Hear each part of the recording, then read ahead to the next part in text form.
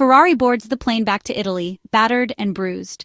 A double zero in terms of points scored in the Chinese Grand Prix that hurts even more than the lackluster performance at the Shanghai International Circuit.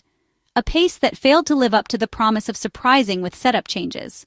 On top of that, the disqualification crushes the morale of the supporters. Without a clear and sudden step forward, very dark times are ahead for the Prancing Horse. Remedies are urgently needed, enough with bar talk that leads nowhere. But while waiting for them, let's analyze the race from a different perspective. The first stint clearly highlighted McLaren's superiority, confirming it as the fastest car on track, not just in the opening laps, but throughout the entire Grand Prix. Lando Norris and Oscar Piastri immediately displayed pace for their rivals, pulling away with ease without even pushing too hard. Charles Leclerc's Ferrari opted for a more conservative approach with the medium tires. A one-stop strategy was chosen. This was possible due to the SF-25's good tire durability, showing less degradation compared to others. However, between laps 8 and 11, Charles Leclerc's pace was affected by his Maranello teammate, which was ahead of him. The British driver was slightly slower, preventing him from fully exploiting his car's potential. Additionally, car number 16 suffered aerodynamic damage in turn 1 due to contact with his teammate, which he believes compromised any hope of victory. The loss of about 20 to 30 points of downforce penalized the car's efficiency, impacting front tire degradation and the overall behavior of the SF-25 single-seater, especially on the exit of turn 13. This factor made overtaking on the long straight more difficult, as the accumulated understeer prevented optimal acceleration onto the straights. Meanwhile, Max Verstappen struggled with a very tough start to the race. In the opening laps, the RB21 fell significantly behind the race leaders, running about a second per lap slower than the two McLaren cars. Even in the second part of the race, McLaren maintained its status as the benchmark in terms of pace.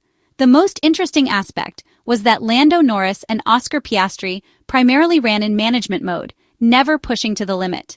In almost every braking zone, both drivers executed a pronounced lift and coast, a clear indication that the Maranello team was managing fuel consumption and brake temperatures.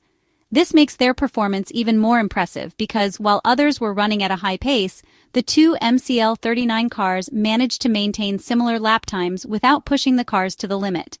However, it should be noted that Lando Norris's average lap times were affected by a brake issue in the last 3 laps of his stint, which forced him to slow down significantly. Max Verstappen's Red Bull came back into play on the harder tires. The Dutchman began recovering positions, overtaking both Ferrari cars and reclaiming 4th place.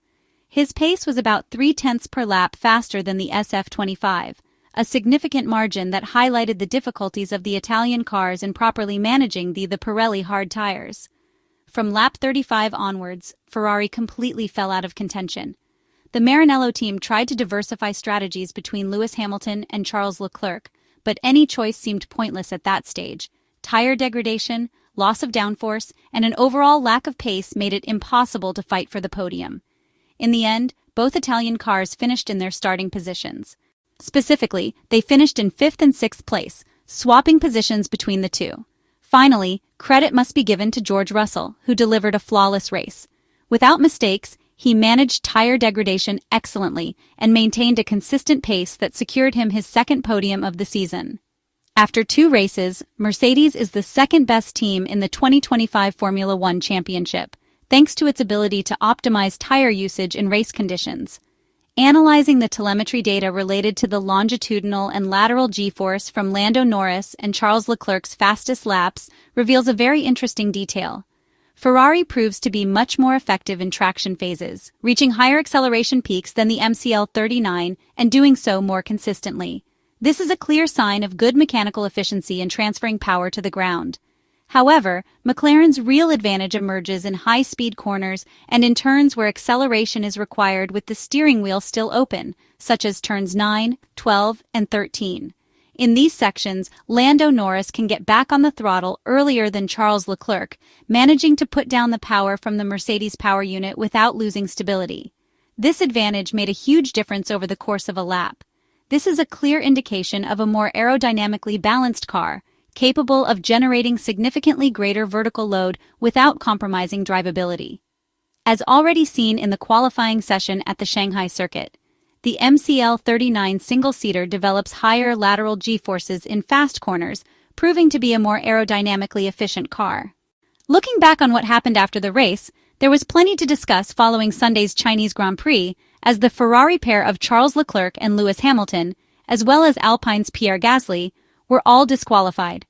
2 of the 3 exclusions from the results of the Grand Prix, for Charles Leclerc's Ferrari and Pierre Gasly's Alpine, were for being 1 kilogram beneath the 800 kilograms minimum weight limit at the end of the race once the fuel had been drained from their cars. For Ferrari's disqualification, the weight exclusion came after a one-stop race in which Charles Leclerc's final stint was 41 laps, namely 73% of the full race distance. The very high level of front tire graining experienced by everyone on Saturday led to the general expectation of a 2-stop race. Had that been the case, the final stint would have been for around 20 laps. As it turned out, the rubbering in of the track ensured that graining ceased to be a significant problem.